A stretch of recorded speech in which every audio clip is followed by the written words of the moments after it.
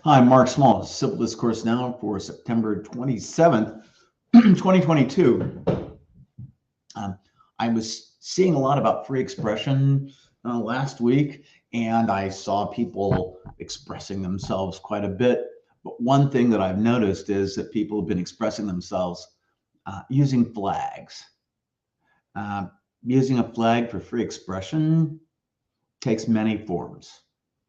Next couple of days, we're going to be discussing that type of expression, and we'll have practical lessons in how to express oneself within the parameters of the First Amendment of the Constitution of the United States and various sections of Article 1 of the Indiana Constitution. It's the Indiana Bill of Rights.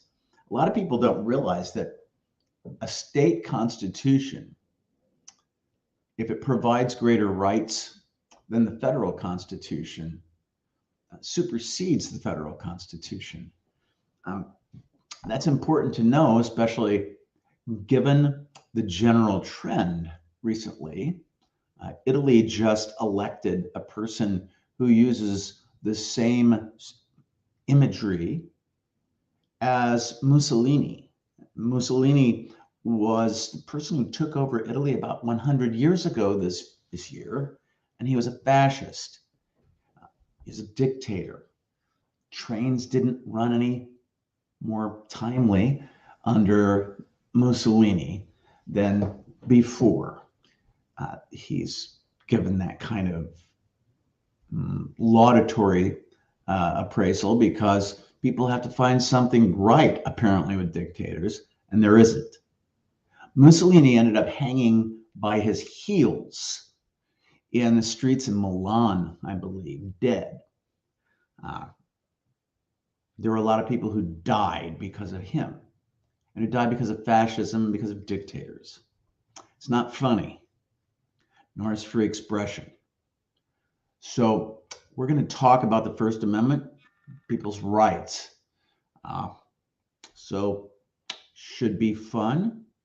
And in the meantime, I'm Mark Small. I'm candidate, and apparently the Republican Party doesn't realize I won the primary for Indiana House District 86.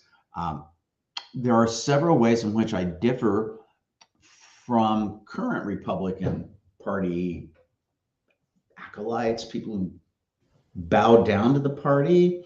Actually, I believe in civil rights, and the Republican Party was founded in part as an anti-slavery, pro-abolitionist party. People in the party wanted to stop the expansion of slavery. There were different aspects, different approaches to slavery. That was in 1854 when the party was founded. They certainly weren't in favor of some of the stuff that rings home today with the GOP in terms of civil rights or voting rights. The Republican Party also introduced Reconstruction, and that was after the Civil War, and it sought to integrate literally into our society the people who had been held in slavery.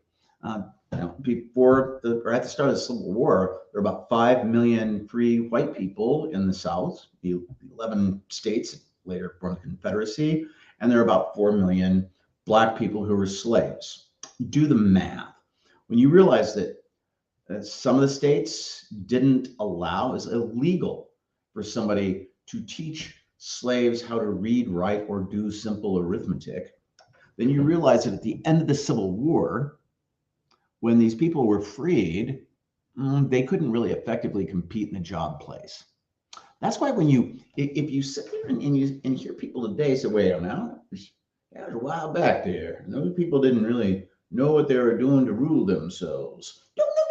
No. They weren't allowed to learn. And if you read Chief Justice Roger Taney's decision in Dred Scott, he explains why the white man is superior. And that's crap. That's complete crap. So if you're going to try and support slavery as any kind of an institution, you have to base it on the reasons they gave then.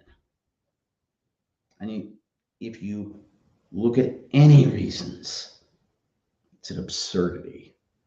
uh, it has still wrecked our country a lot because those were economic manifestations that still reach here today. People were denied equal housing, equal education.